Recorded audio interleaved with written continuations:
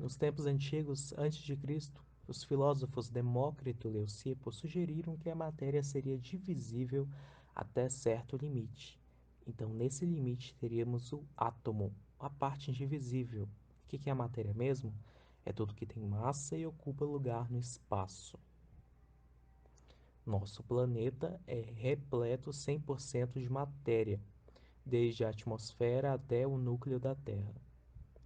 Mas Aristóteles, que era mais importante e famoso nessa época, apoiou a ideia de que toda a matéria era formada pela combinação dos quatro elementos básicos: água, ar, terra e fogo. E essa ideia permaneceu como a ideia certa por muitos anos. A ideia de Demócrito e Leucipo começa a ganhar notoriedade quando Lavoisier faz suas publicações científicas sobre a descoberta do oxigênio por volta de 1774. Passa então a ser conhecida a importante Lei de Lavoisier, Lei de Conservação das Massas, em que a massa dos reagentes químicos é igual à massa dos produtos, ou seja, em uma reação química, a massa do início é igual à massa do final. O que isso quer dizer? Digamos que você pegue um papel e queime ele. O papel é o reagente, o papel queimado é o produto, ou melhor, o resíduo do produto.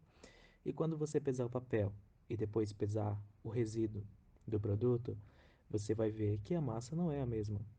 Não é a mesma porque o gás carbônico formado ele foi embora.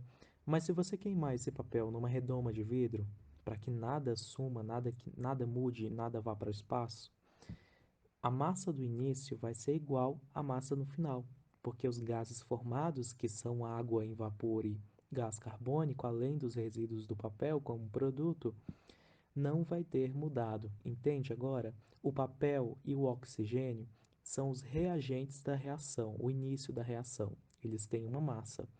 O final da reação é gás carbônico, água em vapor e resíduos de papel queimado.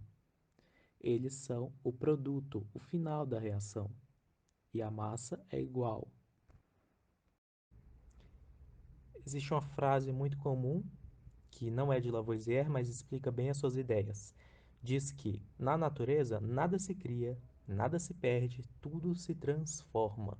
Na natureza, nada se cria, nada se perde, tudo se transforma. Passa então a vigorar nos entendimentos de ciência de que a reação química temos produtos que são rearranjo dos elementos que formam os reagentes. E o que é o rearranjo? O rearranjo é você mudar de posição, certo? Dois elementos que faziam uma molécula específica se separam para se juntar com outro elemento e fazer uma outra molécula que tem propriedades completamente diferentes. Como, por exemplo, sabemos que água é completamente diferente de papel. E Proust vai dizer que, que todos esses rearranjos eles são proporcionais. Então, por exemplo, se eu tenho, em um exemplo muito mais prático, se eu tenho uma receita que diz que eu tenho que usar 2 ovos e 1 litro de óleo, e eu tenho 3 ovos para usar, eu posso obedecer essa receita usando 3 ovos? Eu posso obedecer essa receita. Mas ao usar 3 ovos, eu vou ter que usar 1,5 litro de óleo para poder manter as proporções da receita. Então, alguns anos depois, Dalton utilizou a antiga ideia filosófica do átomo, fez experimentos e criou o primeiro modelo atômico. Para Dalton, o átomo era uma esfera muito pequena, maciça e indivisível, parecia com uma bola de sinuca, só que muito pequena. Para cada elemento diferente, havia um átomo diferente. Se fosse oxigênio, o átomo era de uma forma. Se fosse carbono, o átomo era de outra forma. Os átomos, então, formavam tudo que existe de matéria no universo.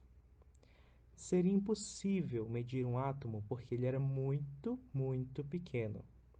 Por isso, Dalton se concentrou em experimentos que trabalhavam somente as proporções dos elementos. Quando falamos de modelo, é porque esses cientistas não tinham como ver o átomo. Eles criavam modelos que explicavam que faziam sentido com os experimentos macroscópicos reais. Quando a gente diz macroscópicos, é tudo que a gente consegue ver. Mas hoje em dia estamos avançando bastante nessa questão de ver o átomo, por causa da nanotecnologia. E mesmo assim, eu acredito que ainda estamos um pouco longe, porque estamos nos aventurando na nanotecnologia. Descobrindo, por exemplo, que a física clássica, que é aceleração, velocidade, gravidade, não funciona no mundo tão pequeno dos átomos, não funciona no mundo tão pequeno das nanopartículas, que são maiores que os átomos. Todo esse trabalho de propor um modelo atômico, de fazer todos esses vários experimentos, publicações científicas, entendam que não é a genialidade de uma só pessoa, é um conjunto de pessoas, inclusive de um cientista estudando vários outros cientistas, várias outras publicações. Às vezes tem até publicações extremamente importantes que esse cientista leu e que foi de outro cientista, mas quem levou a fama foi esse cientista que leu e que publicou, porque de certa forma assim, ele publicou de uma forma que tivesse mais notoriedade para todos, que fosse mais claro. Talvez algum outro cientista que conseguiu fazer o trabalho mais bruto, porém, como esse cientista simplificou, clarificou e publicou, ele acaba sendo o mais famoso de todos. Então, cerca de 90 anos depois desse modelo atômico, que não foi uma coisa fácil, foi difícil de aceitar, foi difícil de enxergar isso, mas aos pouquinhos, né, os cientistas foram fazendo experimentos, lendo várias publicações e novos e novos e novos e novos, e, a, e acabaram tomando como verdade. Então, Thomson, lá em 1897, praticamente 90 anos depois de Dalton, fazendo experimentos de eletricidade com raios originados de gases, raios catódicos, ele observou que os raios sempre eram atraídos se houvesse um lado de carga positiva próximo ao tubo dos experimentos. Ele tinha acabado de descobrir que toda a matéria possuía elétrons, carga negativa. E ele descobriu também que se eu trocasse esses gases que faziam esses raios catódicos por outros gases, o experimento era muito parecido, o que levava a entender que os elétrons possuíam uma massa desprezível. Então, Thomson, recebendo vários outros estudos de outros cientistas, como eu disse, né, lendo publicações e publicações, inclusive que é o que fazemos hoje, lemos muitas publicações na ciência. Ele descobriu experimentos parecidos com os raios anódicos, chegou à conclusão então que as matérias também possuíam partículas positivas. E as partículas positivas, diferentes das negativas, elas possuíam uma massa considerável. O que para ele fazia todo sentido, né? Não faz sentido que a matéria tenha só partículas negativas, por exemplo, porque nessa época já se conhecia bastante sobre os conceitos básicos de eletricidade. Se você, por exemplo, pega um balão, esfrega ele e passa próximo do seu cabelo, ele vai atrair o cabelo por conceitos de eletricidade. Ele já sabia disso e sabia então que a matéria em algum momento, ela era carregada de uma carga positiva ou negativa, em outro momento, ela deveria ser neutra. Se ela era neutra, então fazia todo sentido que a matéria possuísse cargas positivas e cargas negativas em uma quantidade igual para que se tornasse neutro. Nessa época havia também muitas descobertas sobre o estudo físico da radioatividade. Na radioatividade, a emissão de partículas, a emissão de prótons, a emissão de nêutrons, essa quebra do átomo na radioatividade não é considerada química, porque na química a gente está sempre considerando a ideia de que os átomos têm sempre a mesma quantidade de prótons. Se isso é modificado, é por uma questão física e não mais química. Todas essas descobertas e estudos levaram Thomson, então, a dizer que o átomo era uma esfera positiva, não maciça, pois poderiam ter átomos dentro de átomos. O que isso quer dizer? Por causa da radioatividade, desse negócio de um átomo ser distorçado para virar outro átomo, ele, ele pensou sobre isso que, devem ter átomos dentro de átomos, então o átomo não pode ser uma esfera maciça. E que tinha grudado nessa esfera positiva do átomo várias esferas negativas menores de elétrons.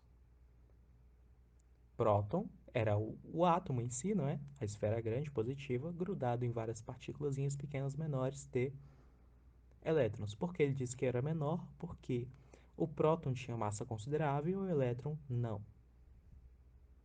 Tendo então um átomo uma quantidade de carga positiva igual à quantidade de carga negativa, tornando-se um átomo neutro. Rutherford era aluno de Thomson e queria provar que seu professor estava certo na sua teoria atômica.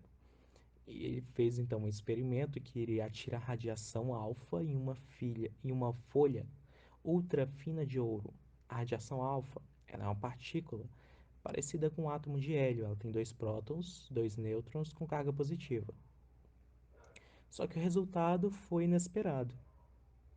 Algumas partículas voltaram, indicando que bateram em algo denso, muito denso e positivo. Outras partículas passaram direto. Isso foi uma grande surpresa. E outras desviaram. Com isso, Rutherford então cria um novo modelo atômico. Nesse modelo, os prótons eles ficam no núcleo atômico, como uma bola no meio de campo de futebol. E os elétrons orbitam em volta desse núcleo positivo, como se fossem a arquibancada do campo.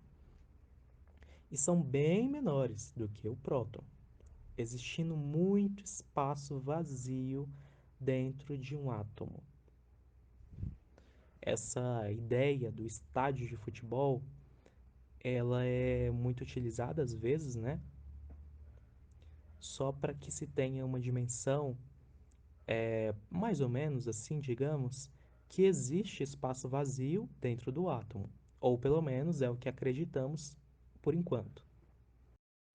Nessa época, no meio de toda essa ciência, né, outros cientistas queriam entender o que era luz. Eles descobriram que a luz, ela não era contínua, como achavam, como parece ser.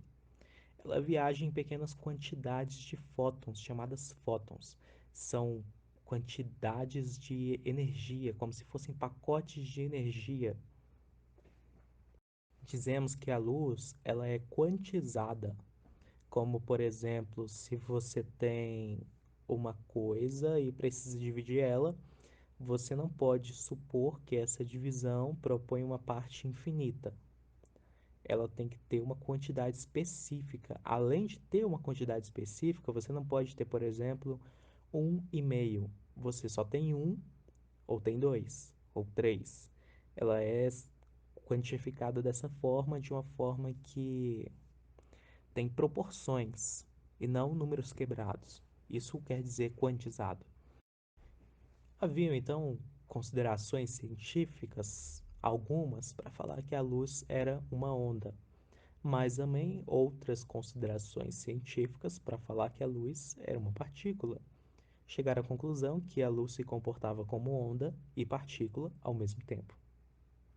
Chegaram então à conclusão de que a luz seria uma radiação eletromagnética, um tipo de radiação eletromagnética, porque existem vários outros, como por exemplo, nós emitimos a radiação infravermelho, que é o calor.